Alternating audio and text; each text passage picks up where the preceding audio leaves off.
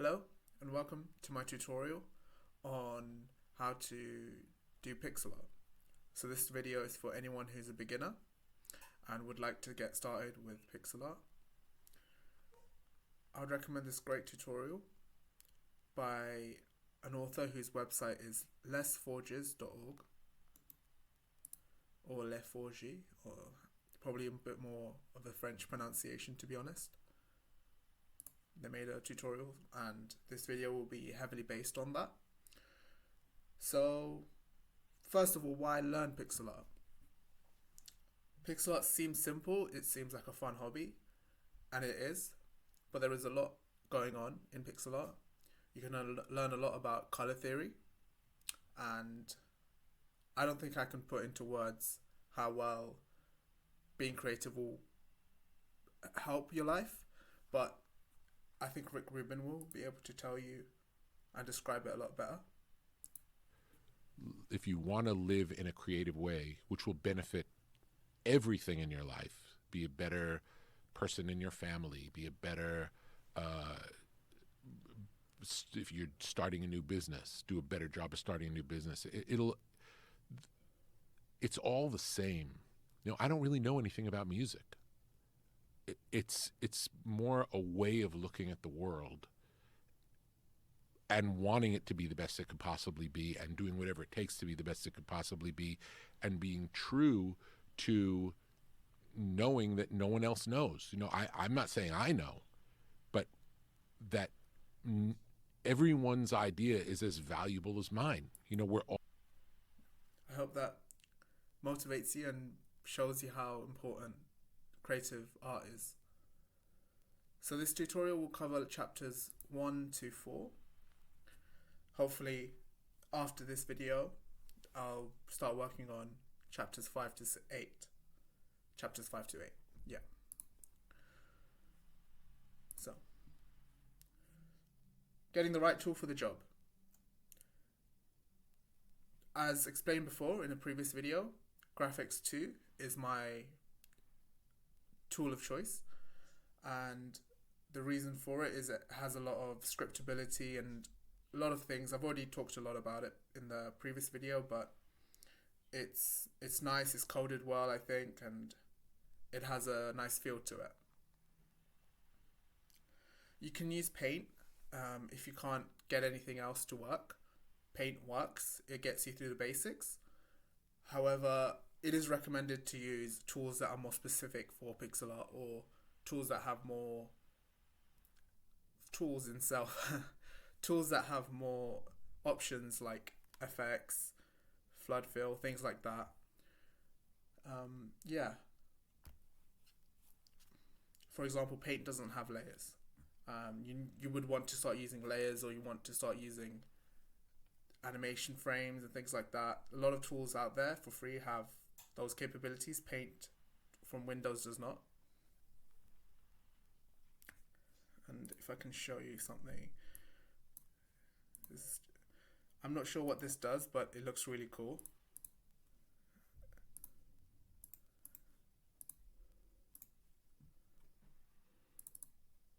I'm sure it helps you analyze the color palette and things like that, which I thought was cool. So this is why I use Graphics 2.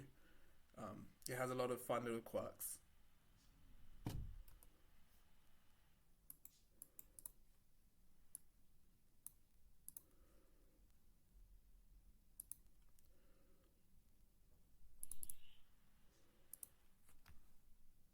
So first you want to understand line art. Straight lines are like this here. You want straight lines here. Excuse me. Yeah. So you have one that is straight vertical, one that is straight horizontal, one that is perfectly diagonal, and you have a line that's 2 up, 1 right, 2 up, 1 right. So it goes 2 up. Let me get a color. 2 up, 1 right, 2 up, 1 right, 2 up, 1 right, and things like that. This does the opposite. It goes 2 right, 1 up, 2 right, 1 up, 2 right, 1 up. These lines, the ones that are light in the lighter color, they are kind of better lines than the gray line, which is there.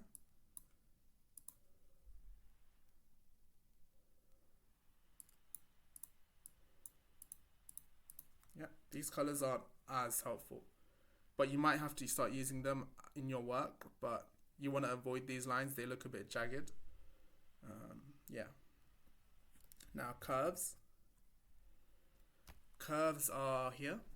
The green line is the one you kind of want to have in your art.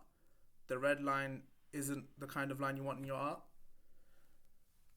And the reason for that is because the red line, it's not progressive.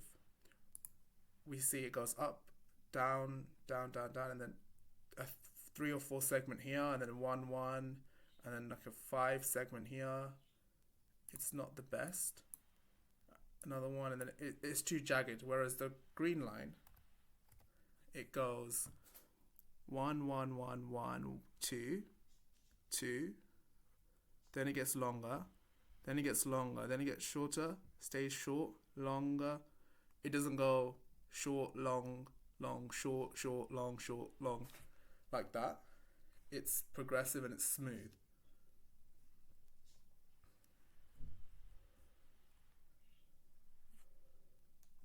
Yeah.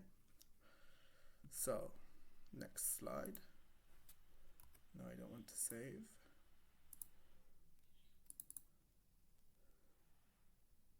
Discard changes. So now we're going to get on to perspective. Perspective, there's mainly 3 types. You might think about in art, in general art, not just pixel art, you have things like vanishing points.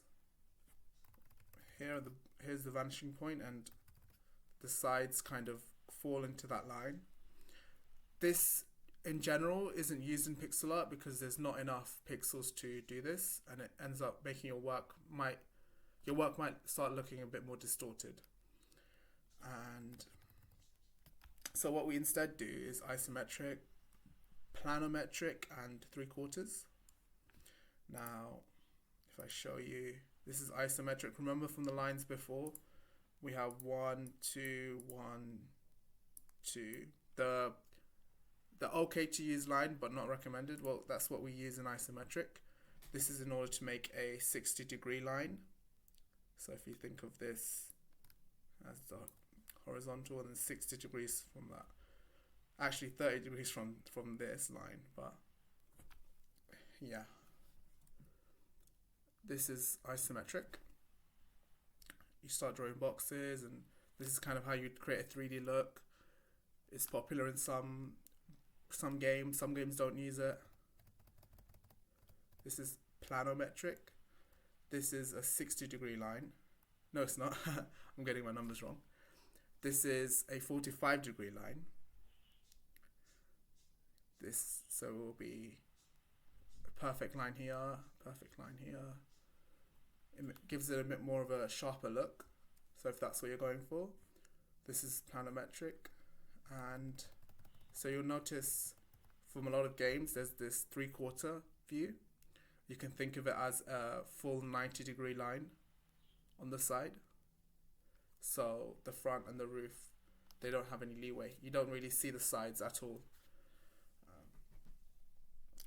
And as you can tell here, there isn't any vanishing point. So the sides don't get smaller each time. They don't get like this. It's not really like that. It doesn't get longer at the sides. Things like that. So what that means is if you draw a window here, say this is a little building, and no matter how big this house is, the window at the bottom will still be the same size as the window at the top, because there's no stretching.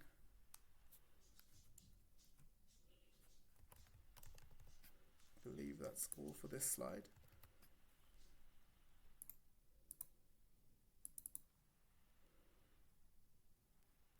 Changes. Yeah, this is shading. Shading gets into a bit more complicated stuff. You have to start learning about palettes in order to get good at shading. By the way, the palette I use is Dawnbringer's palette. If you search it up, you should be able to find it. It's the 16 palette one. So what should you not do with shading? You shouldn't pillow shade. So as you can see, this circle, it's light in the center, not as light outside, and it has these rings. What this represents is your eyeball being a torch or something. So your view, you're looking directly into light. So wherever you look, you kind of have laser eyes. This is what the image is trying to show, whereas that's not really realistic in real life. In real life, you have a light source, usually the sun, so somewhere up top, and usually at top right is a fine choice to have. Top left, as long as you're consistent in your pixel art. And shading really gives volume. That's what you're trying to do with shading. You're trying to give your 2D artwork some 3D shape. So once you've identified your light source, you want to start shading slowly and get the rough details in first, and then get more detailed. And yeah, the colors follow a normal distribution, which means the middle color is a lot more used than the brighter colors. The brighter your colors, the less you should use them. And also the darker your colors, the less you should use them. Just like in any art, with shading, you want to understand basic shapes and apply them into your projects and your artwork. You want to understand that when something is flat, the light gets spread evenly, and when it's curved, the light gets spread not evenly. So some areas are lighter than others on the surface, but on flat surfaces, the whole area is the same.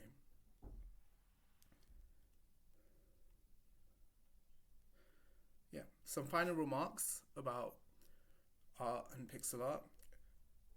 You should definitely get into a habit of doing pixel art a lot and get used to just practicing, and your art will definitely improve as time goes on. It won't be the best at the start. No one's is the best at the start, but in order to be good at something, you have to be bad at something for a long time. And thank you ever so much for watching. Thank you for your attention, and I hope you enjoyed. Please leave a comment. Please like, subscribe. It helps with engagement, and hopefully I'll put up the previous video if you're interested. This is a very small channel, so all the subscribers, all the likes, all the engagement seriously does help the channel. I hope you enjoyed watching, and have a great day. Bye bye.